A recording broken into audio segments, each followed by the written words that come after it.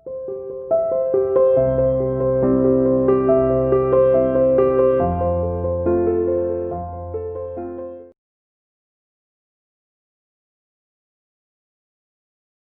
Students, welcome to CR international school online classes class 7 subject Hindi. कैसे हो बेटा? आशा करती हूँ सभी अपने घर पर स्वस्थ होंगे और सुरक्षित होंगे और अपना कार्य भी अच्छी तरह से कर रहे होंगे, लिखने का भी और अपना याद करने का भी। ठीक है बेटा, आज हम अपनी हिंदी की क्लास में अपनी रीडर की जो बुक है हमारी वसंत भाग 2, उसका एक नया चैप्टर शुरू कर रहे हैं। चैप्टर नंबर 7 है और उस चैप्टर का नाम है पापा खो गए।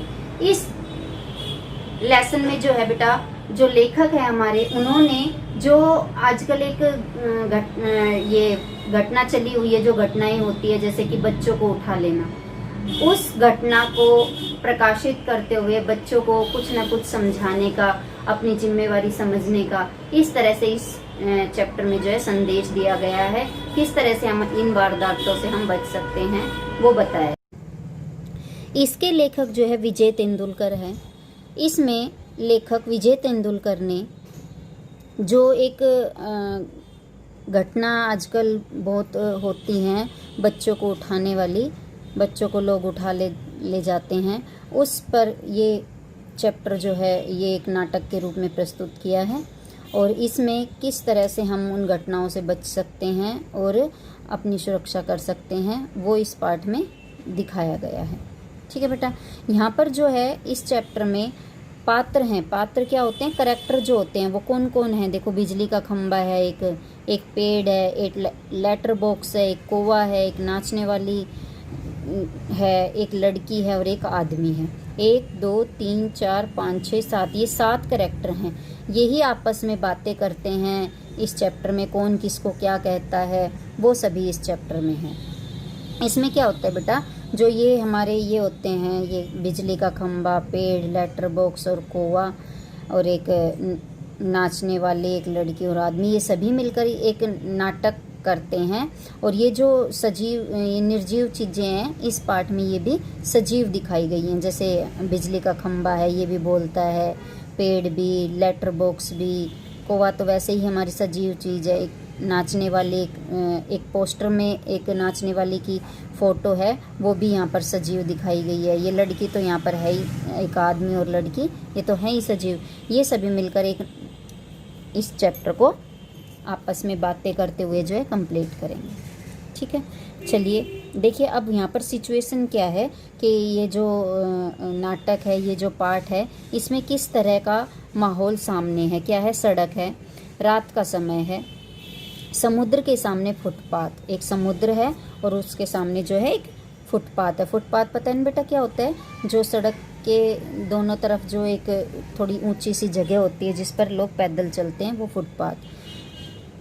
वहीं पर एक बिजली का खंबा, एक पेड़, एक लेटर बॉक्स।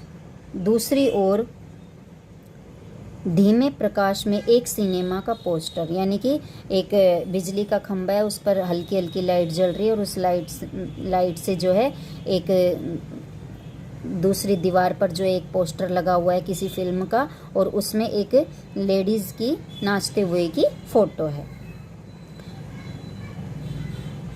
पोस्टर पर नाचने की भंगिमा में, भंगी का मतलब सिचुएशन में, एक औरत की आकृति, समुद्र से सनसनाती हवा का बहाव, दूर कहीं कुत्तों के भौंकने की आवाज़। ये वहाँ की सिचुएशन है कि सड़क है, रात का समय है, समुद्र है, फुटपाथ है, बिजली का खंबा, ये सारी चीज़ें हैं। और कैसे आगे बातें हो रही है देखिए। खंबा जम्हाई रोकते हुए, यानी कि जमाई मतलब उबासी, राम राम राम राम, रात बहुत हो गई। पेड़, अब ये जो खंबा है ये कह रहा है रात बहुत हो गई। पेड़, आजकल की रातें कैसी है, जल्दी बीतने में ही नहीं आती। यहाँ पर जो ये नाम आते बेटा, ये लाइन ये बोल रहा है इस लाइन को। ठीक है। खंबा, दिन तो कैसे न कैसे हड़बड़ी में बीत जाता है। पेड़, लेकिन रात तो बड़ी बोरियत होती है। खंबा, तब भी बरसात की रातों से ये रातें कहीं अच्छी है। अब खंबा कह रहा है कि जो बरसात की रातें होती है वो ये वाली रातें अच्छी है बरसात की रातों से। पेड़ राज, बरसात की रातों में तो रात भर भीगते रहो। अब वो खंबा पेड़ से कह रहा है कि रात भर भीगते रहो, बादलों से आने वाले पानी की मार खाते रहो, तेज हवाओं में भी बल्ब को कसकर पकड़े बराबर एक टांग पर खड़े रहो, बिल्कुल अच्छा नहीं लगता। अब वो खंबा कह रहा है कि हमारे भाई खंबे पर बल्ब होता है, उसको पकड़े खड़े रहो, कितनी हवा आती रहे उसको हम टाइट से पकड़े रहें और उससे रोशनी आती रहे, तो ये उसको खंबे को जो है बिल्कुल भी अच्छा नहीं लगता। उस वक्त लगता है इससे तो अच्छा था न होता बिजली के खंबे का जन्म, बल्ब फेंक अब दूर कहीं भाग जाने का जी होता है। वो ऐसा कह रहा है कि जब बरसात की रातें तो ऐसा मन करता है जो हमारे ऊपर बल्ब लगा हुआ है इसको फेंक कर जो है कहीं हम भाग जाएं। अब देखिए बेटा, यहाँ पर एक आपको ये फ़ोटो दिखाई दे रही है, ये लेटर बॉक्स है, ये पेड़ है, पेड़ के पीछे एक कौवा है, ये एक पोस्टर लगा हुआ है, इस पोस्टर में ये नाचने वाली है, ये खंबा है और खंबे पर ये लाइट लगी हुई है। ये ही हमारे क्या हैं कैरेक्टर हैं, हमारे क्या हैं ये पात्र हैं सारे, ठीक है। अब पेड़ है, वो पेड़ क्या कह रहा है, मुझ पर भी एक रात आसमान ने गड़गड़ाती बिजली आकर पड़ी थी। अरे बाप रे, वो बिजली थी या आफत, याद आते ही अब भी दिल धक धक करने लगता है। और बिजली जहाँ गिरी थी वहाँ खड्डा कितना गहरा पड़ गया था। खंबे महाराज, अब जब कभी बारिश होती है तो मुझे उस रात की याद हो आती है, अंग थर थर काँपने लगता है। कि वो पेड़ कह रहा है कि एक बार मेरे ऊपर जो है बिजली आकर गिरी थी और वो बहुत भयंकर थी बिजली। जब मैं उस दिन उस टाइम को याद करता हूँ तो मेरा शरीर जो है, मेरे अंग जो है शरीर के, वो अब भी डर से थर थर काँपने लगते हैं। अब खंबा क्या कह रहा है, देखिए, मेरी तबीयत ही लोहे की है, यानी कि तबीयत मतलब वो बना हुआ है लोहे का, जो मैं बीमार नहीं पड़ता। अब लोहे को कुछ नहीं होता ना, तो वो कह रहा है कि शायद मेरे को लगता है कि मैं लोहे का बना हूँ जो मैं बीमार ही नहीं पड़ता, वरना कोई भी इस तरह बारिश ठंडी धूप में खड़ा रहे तो ज़रूर बीमार पड़ जाए। अब खंबा कह रहा है कि मेरी तरह कोई अगर कंटिन्यूशन में जो इस तरह हर मौसम में के बारिश में धूप में ठंड में जो इस तरह खड़ा रह जाएगा तो वो ज़रूर बीमार होगा। पड़ जाएगा या नहीं, कितने दिन बीत गए, कितनी रातें, लेकिन मैं बराबर इसी तरह खड़ा हूँ। लंबी सांस छोड़कर चुंगी की तरह, नौकरी भी कोई नौकरी है। पेड़, अपने पत्तों का कोट पहनकर मुझे सर्दी बारिश या धूप में उतनी तकलीफ नहीं होती, तो भी तुमसे बहुत पहले का खड़ा हूँ मैं यहाँ। अब यहाँ पर पेड़ कह रहा है खंबे से कि मैं तो यहाँ पर तेरे से भी पहले का हूँ, चाहे मैंने अपने पत्तों को अपने कपड़ा बना लिया है, अपने आप को मैं छुपा लेता हूँ, लेकिन हूँ तो तेरे से पहले का यहाँ पर। यहीं मेरा जन्म हुआ है, इसी जगह सब कुछ कितना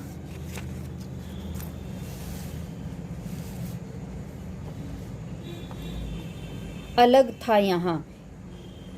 वहाँ के वे सब ऊंचे ऊंचे घर नहीं थे, तब यह सड़क भी नहीं थी, वह सिनेमा का बड़ा सा पोस्टर और उसमें नाचने वाली औरत भी तब नहीं थी, सिर्फ सामने का यह समुद्र था। बहुत अकेलापन महसूस होता था। तुम्हें जब यहाँ लाकर खड़ा किया गया तो सोचा चलो कोई साथी तो मिला, इतना ही सही, लेकिन वो भी कहाँ। तुम शुरू में मुझसे बोलने को ही तैयार नहीं थे। मैंने बहुत बार कोशिश की पर तुम्हारी अकड़ जहाँ थी वहीं कायम। बाद में मैंने सोच लिया इसकी नाक इतनी ऊंची है तो रहने दो। मैंने भी कभी आवाज़ नहीं लगाई।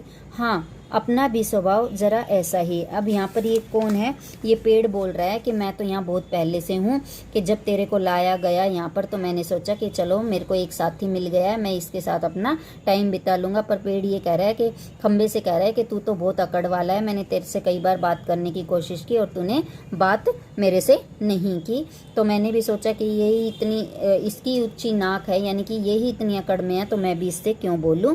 तो उसने सोचा कि अगर आपका स्वभाव ऐसा अकड़ का है तो मेरा भी ऐसा ही स्वभाव अकड़ का है।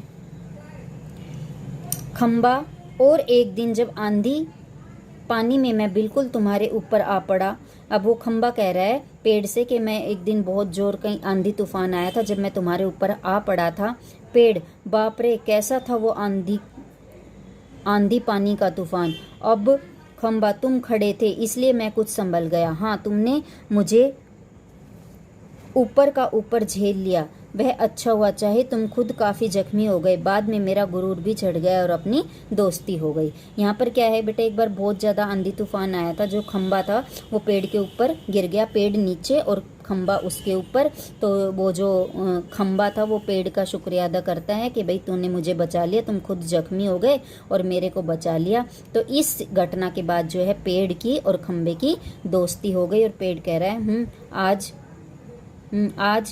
हवा आज भी बहुत है। अब जब ये इन दोनों की दोस्ती हो गई, वो एक दूसरे पे गिर गए, उसके बाद जब ये इन दोस्त बन गए तो एक दिन फिर से जो है बहुत तेज हवा चल रही थी जब ये बातें कर रहे थे।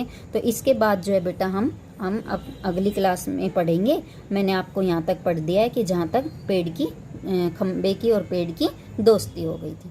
ठीक है बेटा, अगली क्लास में हम इसी चैप्टर को कंटिन्यू करेंगे। तब तक के लिए bye, have a nice day.